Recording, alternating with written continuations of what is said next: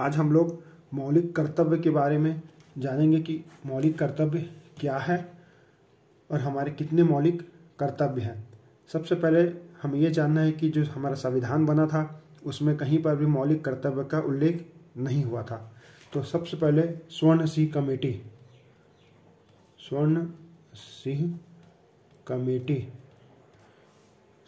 Committee की अनुशंसा पर 1976 में ये मौलिक कर्तव्य को संविधान में जोड़ा गया।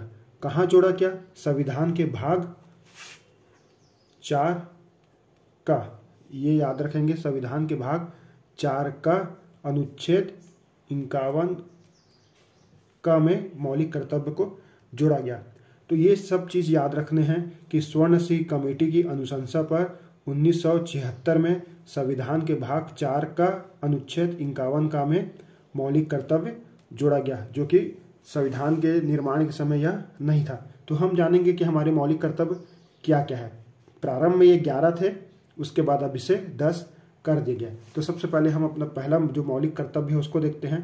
पहला मौलिक कर्तव्य है कि संविधान के नियमों का पालन करना, राष्ट्रध्वज तथा राष्ट्रगान का सम्मान करना चाहिए। ये हमारा पहला मौलिक कर्तव्य है कि हमें संविधान के जो नियम हैं उनका पालन करना चाहिए और राष्ट्रध्वज और राष्ट्रगान का सम्मान करना चाहिए। फिर दूसरा मौलिक कर्तव्य हम देखते हैं कि स्वतंत्रता आंदोलन के आदर्श को अपने मन में संजो कर रखना चाहिए। जो भी हमारे स्वतंत्रता आंदोलन चला उनके आदर्श को अपने मन में संजो कर रखना चाहिए कि कितने हमारे क्रांतिकारी थे जिन्होंने इस देश के लिए अपना शहीद हो गए। उसके बाद हमारा तीसरा जो मौलिक कर्तव्य ये है कि भारत के संप्रभुता, एकता और अखंडता को अक्षुण्ण रखना और उनका पालन करना चाहिए।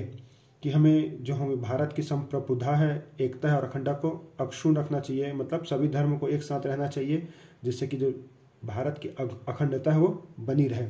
उसके बाद हमारा जो चौथा मौलिक कर्तव्य है कि देश की रक्षा करनी चाहिए और राष्ट्रीय सेवा करनी चाहिए। ठीक है। उसके बाद हम अपना पांचवा मौलिक कर्तव्य देखते हैं कि सभी धर्मों, भाषाओं और संस्कृतियों का आदर करना चाहिए। ऐसा नहीं कि हमारा ही धर्म श्रेष्ठ है और दूसरा का धर्म श्रेष्ठ नहीं, हमें सभी धर्मों को समान रूप से देखना चाहिए। इसके बाद हमारा अगला है 6वां नंबर का कि देश की संस्कृति और धरोहर की रक्षा करनी चाहिए। ये बहुत जरूरी है क्योंकि हम जब भी टूरिस्ट के रूप में कहीं जाते हैं तो हमारे जो धरोहर है वहाँ हम गंदगी फैला के आ जाते हैं, हमें नुकसान पहुँचाते हैं, जो कि ऐसा नहीं करना चाहिए। उसके बाद हम अगला देखते हैं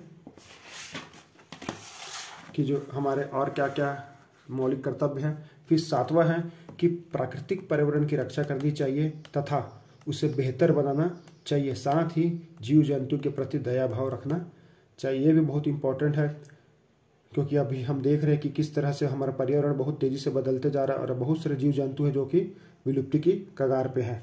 उसके बाद हमारा 8वां मौलिक कर्तव्य है कि वैज्ञानिक दृष्टिकोण तथा मानवीयता को विकसित करना चाहिए। यह भी बहुत जरूरी है कि जो हमारा वैज्ञानिक दृष्टिकोण भी हमें अपनाना है और नए नए प्रयोग या नवाचार करते रहना है। उसके बाद हमारा 9वां मौलिक कर्तव्य है कि सार्वजनिक संपत्ति जैसे स्कूल, अस्पताल, रेल, बस, डाकघर आदि की रक्षा उसे सही हालात में रखने में हमारी मदद करनी चाहिए। आप देखेंगे कि बहुत सारे जो असामाजिक तत्व रहते हैं वो स्कूलों को नुकसान पहुंचाते हैं, अस्पताल में थूक देते हैं, रेल बस आदि को नुकसान पहुंचाते हैं, लेकिन ऐसा नहीं करना चाहिए क्योंकि ये हमारे मौलिक कर्तव्य है। अब उसके बाद जो सबसे इम्पोर्टेंट है जो कि बाद में जोड़ा गया कि 6 वर्षों से 14 वर्षों तक के बच्चों को शिक्षा प्राप्त करने का अवसर प्रदान करना चाहिए। यही है हमारा राइट टू एजुकेशन है और इन्हें निःशुल्क शिक्षा का अधिकार दिया गया है। तो ये 10 मौलिक कर्तव्य हम सबको एकता के सूत्र में बांधने वाले 10 आदेश हैं। हमें यह अनुभव करना चाहिए कि हमारे पास कुछ अधिकार हैं, वही दूसरी ओर देश के प्रति हमारे कुछ कर्तव्य और दायित्व भी है। तो ये है हमारे प्रमुख मौलिक कर्तव्य। जैसे हमें अपने अधिकार बहुत प्रिय लगते हैं उसी प्रकार हमें अपने कर्तव्य भी प्रिय लगने चाहिए और हमें इसका पालन करना चाहिए। यदि वीडियो आपको अच्छा लगा हो तो प्लीज़ लाइक एंड सब्सक्राइब जरूर करें।